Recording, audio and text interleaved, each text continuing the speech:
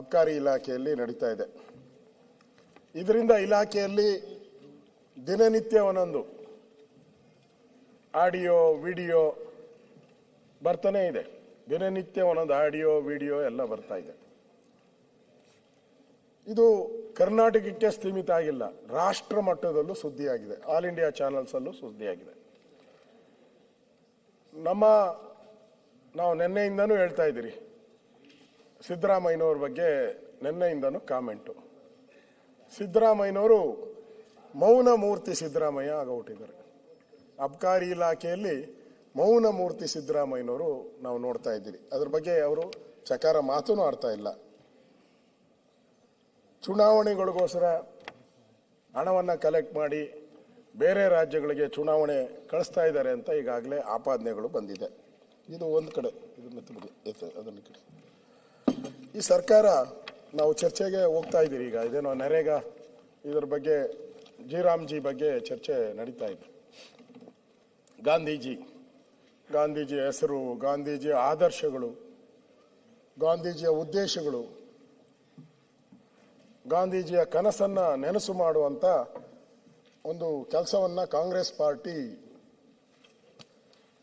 ಮಾಡುವಂಥದ್ದಕ್ಕೆ ನಾವೆಲ್ಲ ಹೊರಟಿದ್ದೀರಿ ಅಂತೇಳಿ ನಿನ್ನೆನೂ ಕೂಡ ಹೇಳಿದ್ದಾರೆ. ಪದೇ ಪದೇ ಕಾಂಗ್ರೆಸ್ ನಾಯಕರುಗಳಿಗೂ ಕೂಡ ಈ ಗಾಂಧಿ ಹೆಸರನ್ನ ಉಲ್ಲೇಖ ಮಾಡ್ತಾ ಇದ್ದಾರೆ.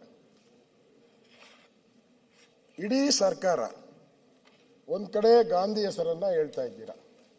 ಗಾಂಧಿ, ಮಹಾತ್ಮ ಗಾಂಧೀಜಿ, ಗಾಂಧಿ ಅಂತ ಅವರ ಆದರ್ಶನೇ ನಮಗೆ ಭಗವದ್ಗೀತೆ ಅಂತ ಹೇಳಿದ್ದೀರಾ.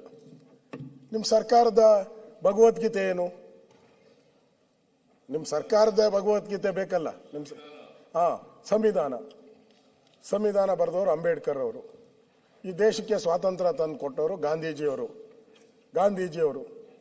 ಗಾಂಧೀಜಿ ಆದರ್ಶ ನಿಮ್ಮ ಇಲಾಖೆ ಏನ್ ಮಾಡ್ತಾ ಇದೆ? ಗಾಂಧೀಜಿ ಆದರ್ಶ ಪಾಲನೆ ಮಾಡಬೇಕಲ್ಲ ನಿಮ್ಮ ಇಲಾಖೆಯವರು. ಸುಮ್ಮನೆ ಒಂದು ಝಲಕ್ ಕೊಡ್ತೀನಿ. ರಾಜ್ಯದ ಮುಖ್ಯಮಂತ್ರಿಗಳು ಹಾಗೂ ಉಪಮುಖ್ಯಮಂತ್ರಿಗಳು ಹಾಗೂ ಸಂಪುಟ ದರ್ಜೆಯ ಸಚಿವರು ಹುಬ್ಬಳ್ಳಿಗೆ ಆಗಮಿಸುತ್ತಿದ್ದಾರೆ.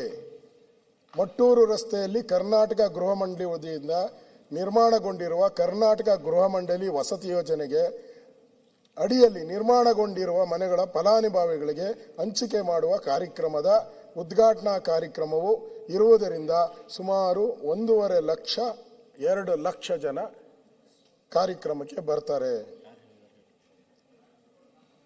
ಸದರಿ ಕಾರ್ಯಕ್ರಮದಲ್ಲಿ ಭಾಗವಹಿಸುವ ಸಾಧ್ಯತೆಗಳು ಇರುತ್ತವೆ.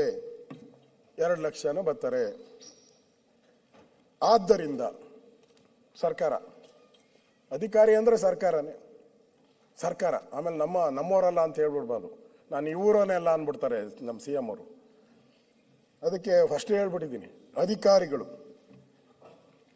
ಭಾಗವಹಿಸುವ ಸಾಧ್ಯತೆ ಇರುವುದರಿಂದ ಹುಬ್ಬಳ್ಳಿಯ ಎಲ್ಲಾ ಸನ್ನದುದಾರರು, ಅಂಗಡಿಗಳು, ವೈನ್ ಸ್ಟೋರು, ಬಾರು, ಇವೆಲ್ಲ ಸಿವಿಲ್ 7, 2, 3, 4, 5, 6, 7 ಎಲ್ಲ ತಮ್ಮ ಅಂಗಡಿಗಳಲ್ಲಿ ಸಾಕಷ್ಟು ಪ್ರಮಾಣದ ಮದ್ಯ ಹಾಗೂ ಬಿಯರ್, ಚಳಿಗಾಲಕ್ಕೆ ಬಿಯರ್ ಯಾಕೆ ಕುಡಿತಾರೆ ಇವರು? ಅದು ಬಿಯರುನು KSTCL ಡಿಪೋದಿಂದ ಪಡೆದು ಸರ್ಕಾರದ ಉದ್ದೇಶ ಹೆಚ್ಚಿನ ವ್ಯಾಪಾರವನ್ನ ಮಾಡಿ, ಹೆಚ್ಚಿನ ವ್ಯಾಪಾರ